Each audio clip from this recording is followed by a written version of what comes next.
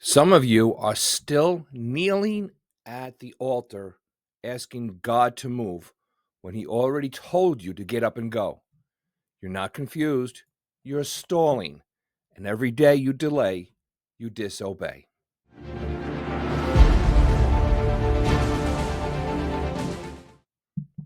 Our verse for today comes from Luke 10:27. He answered, love the Lord your God with all your heart and with all your soul and with all your strength and with all your mind. And the second is to love your neighbor as yourself. This is the Men of the Shepherd. Every Sunday and Wednesday, I share a devotional for husbands and fathers, men called to lead their homes with strength, sacrifice, and spiritual grit. These reflections are designed to challenge, equip, and push you to lead boldly as a shepherd in your family and in your faith. Because, guys, let's get real. Jesus said everything boils down to two things: love God and love others. That's it. See, most of us are decent at the first one. We read the Bible, we go to church, we stay in the Word.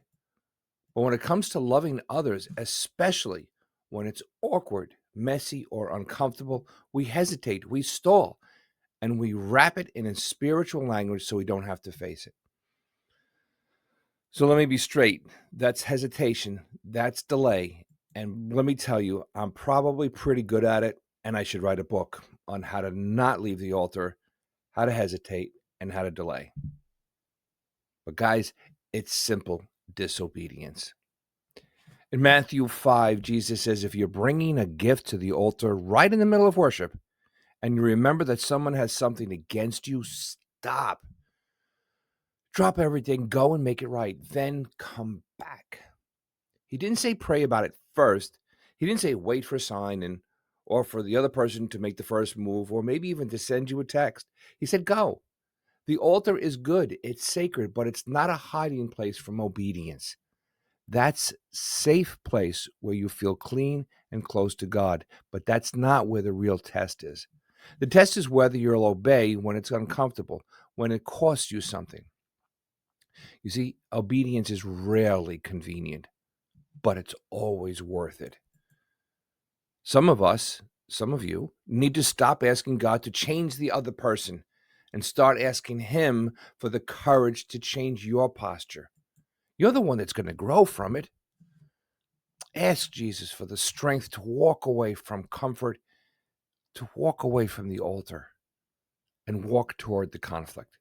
Ask Him for the words to say when your pride wants to stay silent. Ask Him. He tells us, ask the Holy Spirit, and the Holy Spirit will give you the words.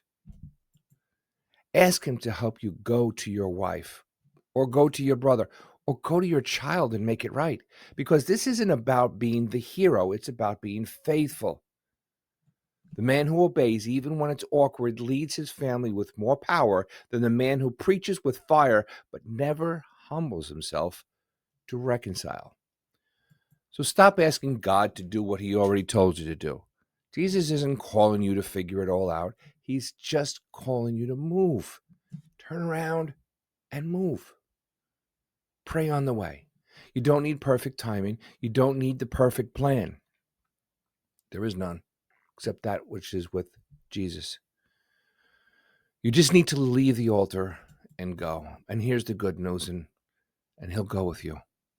Jesus will be with you, but you have to go first. When I finally laid down my pride and walked into conversations I had been avoiding, Jesus met me there. And 99% of the time, those conversations turned out very well and had positive results that I did not or was not aware of. See, Jesus doesn't shame you, He strengthens you. And brothers, He'll do the same for you.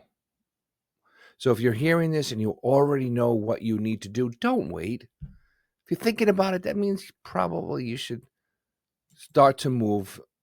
Don't delay. Don't pray for a softer way. Ask for a stronger back. Get up and go. That's pretty simple. I mean, Jesus tells us to do that. Get up and go. Obey. What step of obedience have you been calling? Waiting on God when God's already waiting on you.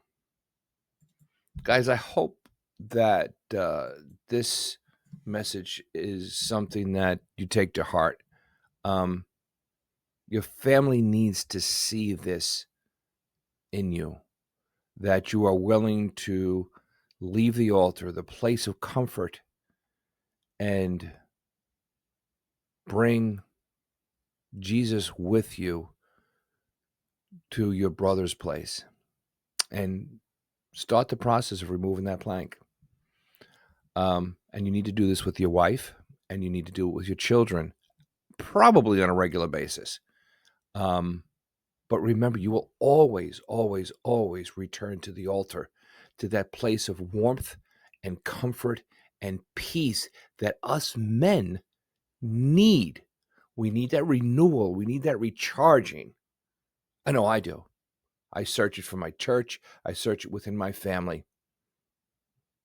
And the older I get, the more I realize that renewing is more important than anything else. So you can leave the altar, the place of renewing, the place of peace, the place of comfort.